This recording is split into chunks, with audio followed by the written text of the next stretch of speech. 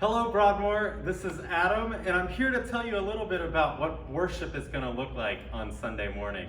So when you get here, these doors will already be open, so you don't have to touch them. You'll be greeted like normal. There will be greeters here in masks and standing 6 feet away from you to welcome you into the house of God, of course. There will be hand sanitizer stations all around the fellowship area as you enter, and we ask that you wear a mask. If you don't have one, we will provide one for you, and they can be found here at the entryway to the fellowship area. Now, it is really important that we know who is attending worship.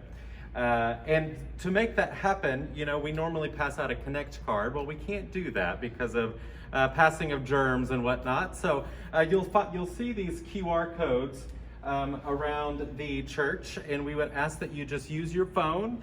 If you use your camera and scan over that QR code, it'll bring you to a website and to a Google form where you can put your name and one piece of contact information for us so that we can get in touch with you or to share that information with the contact tracers on the rare chance that someone tests positive who is in attendance of worship that day.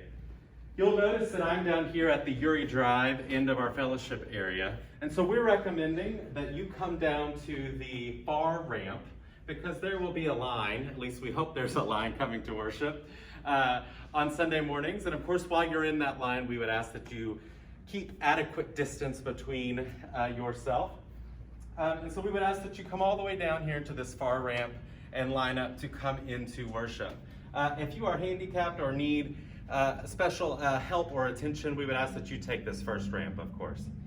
When you get to the top of the ramp, there will be someone here to ask you how many are in your family group. And again, that family group is someone that you have been in contact with during the COVID-19 pandemic, that you feel comfortable being around not wearing a mask with them. So that family unit might look a little different than just your immediate family, and that's okay. But we ask that you all be together. And then have that number ready for who is standing here. And then they will hand you off to an usher. So come on in with me. They will hand you off to an usher who will then come in and seat you in an appropriate place that's distanced well from other people around you. So once we begin worship and come into this sanctuary space, I want you to know that things will be a bit different. You probably will not be able to sit in your regular pew, and we will not be congregationally singing. So the research and everything that's out now says that when we sing, we expel our particles farther than 6 feet.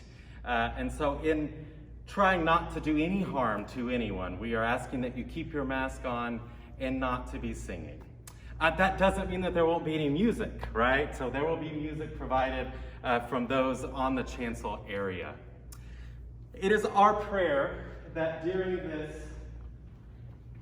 time of worship that we learn how to worship maybe in a different way.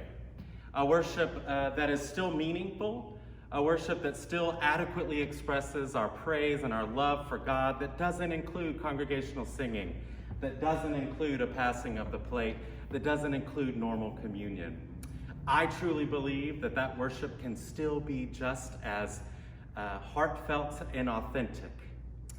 So we pray for you every day, and we look forward to seeing you back here on Sunday morning.